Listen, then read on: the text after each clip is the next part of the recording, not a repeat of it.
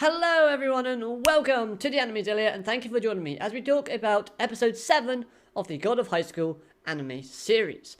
And this episode was explosive and intense from start to finish. So let's start by talking about the new team that entered this episode to battle Mori Jin's team. And these three characters, more specifically the two members that were heavily featured, that being the red-headed female and Pum. That's how I'm going to pronounce his name. Not sure if it's right, but we're going to roll with it. And the message that this team came with was actually really good. I actually liked the way they presented this message and showcased it. I think they did it very effectively. And that message was essentially, never give up on the things you really desire. If you keep trying over and over again, you will eventually achieve the result that you want to achieve.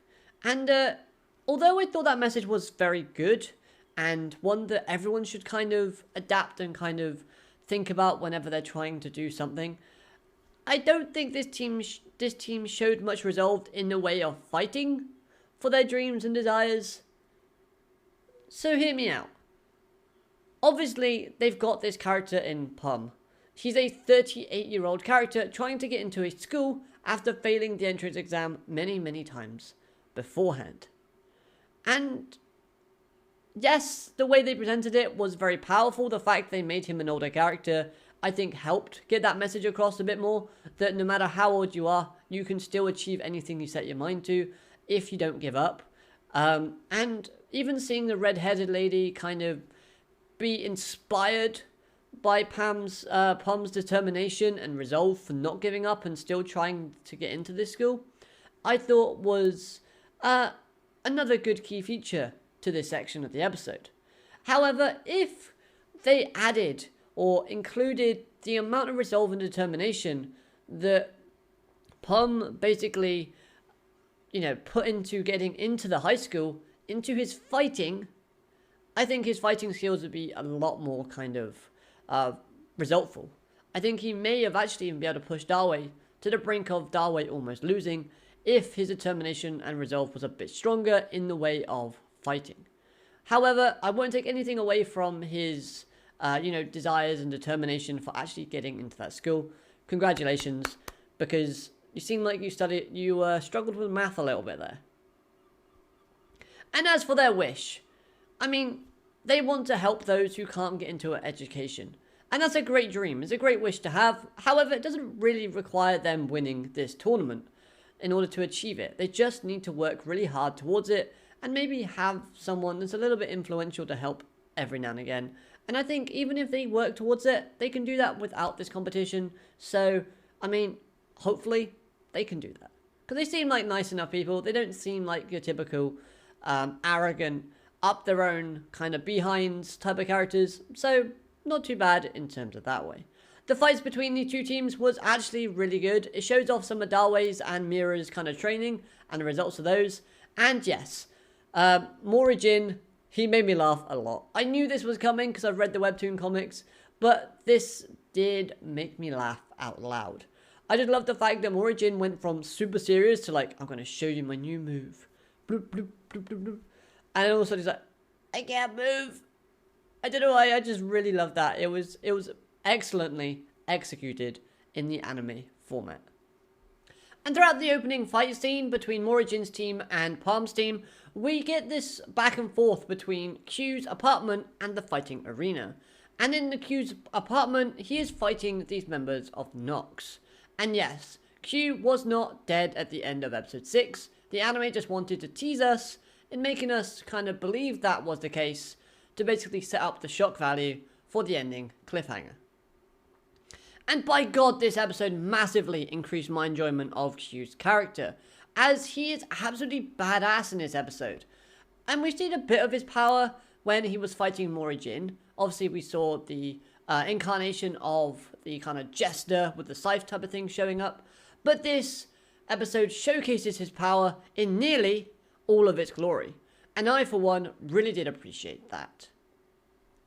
But you do have to feel sorry for Q though, as it turns out that removing his limiter, which is the bracelet that's on his arm, results in suspension of pay.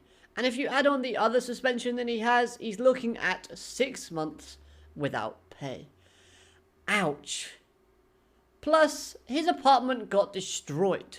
And not to mention, we see this massive dragon hanging from the building, which of course is going to create other sorts of damage. So, Q is obviously going to be liable for that.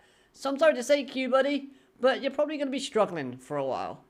Let's hope you stay in there for a bit, shall we? The two priests that we meet in the episode were pretty cool, especially Saturn. Her personality that she displayed in this episode was really unique and interesting, to say the least. I don't know, I really like it. It was fiery. It was quite attitudey, but at the same time, it's something you would not expect from someone who had the title of priestess.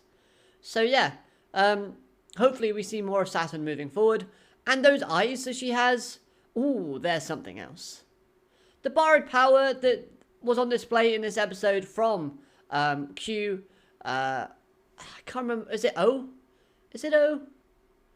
The executive with the white hair, with the dragon, basically, and the members of Nox were all very unique, cool, and interesting. The skills that they all use are all very formidable as well, which is something that you expect from characters of this caliber. So, all in all, good showcasing. And just when you think this episode can't get any more crazy, this guy appears. And, yeah, he has a match. I think that's what you could call it. It was basically him slaughtering a few characters. And this character, man, his shark-like borrowed power is insanely powerful and brutal. And this episode, without a doubt, sets him up as the main heel of the tournament / antagonist of the show. He's the be-all, end-all bad guy. Someone that we have to take down. Much like how, what's his name, Marcel Gao was like this scary antagonist that was super strong in the first part of the tournament, and until Mori kind of, you know, sent him packing. This character is set up to be like that, but on a whole nother level. This character is insanely strong, even taking down someone who is like the heir at the house from one of the members of the Six. So we know that, you know, these two characters that have that kind of fight should be pretty formidable, and yet this character absolutely schooled him. Just seeing the shark munch on this guy's body as you see legs flipping and blood spurting out, it was pretty horrifying. But I like the way they set this up. It made it more intense. It made it more kind of, ooh, okay, this is going to be a problem later on. And I really did enjoy it. I liked how Mira stopped Mori from kind of interfering, because she believes that Dawei is sensible enough not to do anything that would jeopardize the team or the mission that they're setting out to do. And she knows that Mori would kind of interfere because she's seen him do it before. And then she's just like kind of shocked that Dawei just like trying to interfere anyway. Obviously, Dawei interfering makes a lot of sense. Mori is obviously going to be stronger than Dawei, even though Dawei is no pushover. So if Dawei gets suspended, Dawei believes that Mira and Mori can carry the team to the final, and that's kind of what his thinking and process is probably going to be at this point. So he's like, right, I'm going to interfere because I'm not standing for this. I'm just not. So this whole segment was super duper fun. It was intense, it was really enjoyable, and it gets you hyped for the next episode, and for the time when Mori's team faces this blue-haired monster of a man. Overall though, I really enjoyed this episode, as it did a lot of things correctly. You have some great animation, and you have a studio that seems to care a lot about its product. The reason why I say that is because they've changed the intro slightly. They've changed the intro so basically you now have clips of new characters that is going to appear in this half of the tournament, showing up to basically kind of give it a nice fresh feel.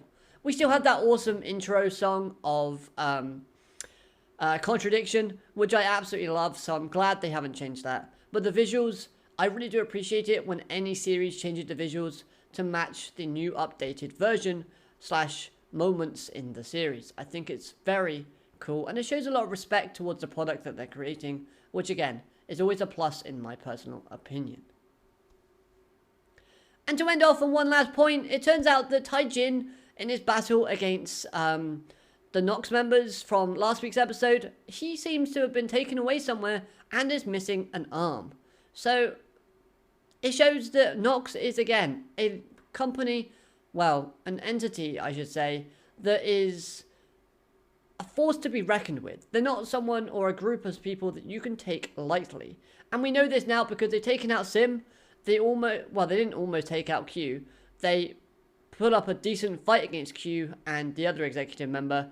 And now they seem to have taken away and also severed Mori's grandfather, who we know is a high-level threat in of himself.